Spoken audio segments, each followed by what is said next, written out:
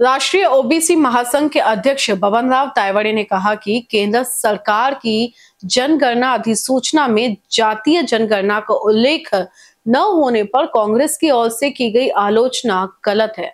उन्होंने स्पष्ट किया कि जातीय जनगणना निश्चित रूप से की जाएगी और इसीलिए अधिसूचना में उसका स्पष्ट उल्लेख नहीं होता। तायवाड़े ने उदाहरण देते हुए कहा कि जब पहले अनुसूचित जाति और अनुसूचित जनजातियों की जनगणना की गई थी, तब भी अधिसूचना में उसका स्पष्ट उल्लेख नहीं था। उन्होंने कहा कि कांग्रेस नेता राहुल गांधी ने ओबीसी जातीय जनगणना की मांग की थी, लेकिन भाजपा ने ऑपरेशन सिंदूर के कुछ दिन पहले ही इसे घोषित कर दिया।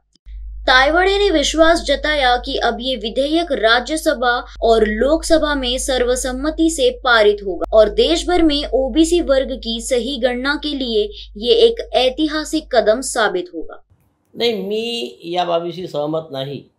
याच्याकरता की अनेक वर्षापासून या देशातील संपूर्ण ओबीसी समाज आणि इतरही समाजाकडनं जनगणना ही जातनीय जनगणना करण्यात यावी अशी मागणी होती आणि त्याला जससा जोर पकडत गेला ही सामाजिक संघटनांची मागणी राजकीय पक्षांनी आपल्या अजेंडावर घेतली आणि या देशाचे विरोधी पक्षनेते माननीय राहुलजी गांधी आणि त्यांच्यासोबत इंडिया अलायन्समध्ये असलेल्या सर्वच पक्षाच्या नेत्यांनी लोकसभा, राज्यसभा आणि बाहेरसुद्धा मोठ्या मोठ्या सभांमध्ये की सरकारने जातनीय जनगणना करावी ही मागणी जोर धरू लागली आणि म्हणून त्याला प्रतिसाद देऊन केंद्र सरकारने कॅबिनेटमध्ये निर्णय घेऊन येणारी जनगणना ही जातनीय जनगणना करण्यात येईल अशा प्रकारचा एक धाडसी निर्णय सरकारने घेतला।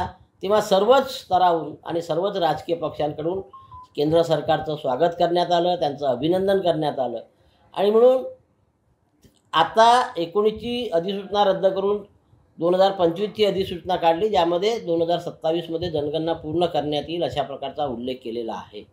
आता इथे जातनीय जनगणनेचा जो प्रश्न आहे त्याच्यामध्ये महत्त्वाची टेक्निकल बाब अशी आहे की जातनीय जनगणनेला सुरुवात होण्याच्या पूर्वी किंवा जनगणनेला सुरुवात होण्याच्या पूर्वी केंद्र सरकारला 1948चा जो सेन्सस ॲक्ट आहे, जनगणना कायदा आहे, त्याच्यामध्ये अमेंडमेंट करावी लागेल आणि जातनीय जनगणना करण्यात येईल अशा प्रकारचा उल्लेख त्या कायद्यामध्ये करावा लागेल। याच्याकरता लोकसभा आणि राज्यसभेमध्ये बिल पास करावं लागेल। प्रथा अशीच असते की त्यानंतर ते बिल लोकसभे आणि राज्यसभेमध्ये जाईल आणि लोकसभेमध्ये आणि राज्यसभेमध्ये गेल्यावर ते एक मताने पास होईल याचा माझा ठाम विश्वास आहे आणि म्हणूनच येणारी जनगणना ही जातनीय जनगणना होईल याबद्दल माझ्या मनामध्ये तरी सध्या कुठल्याही प्रकारचं शंका कुशंका नाही।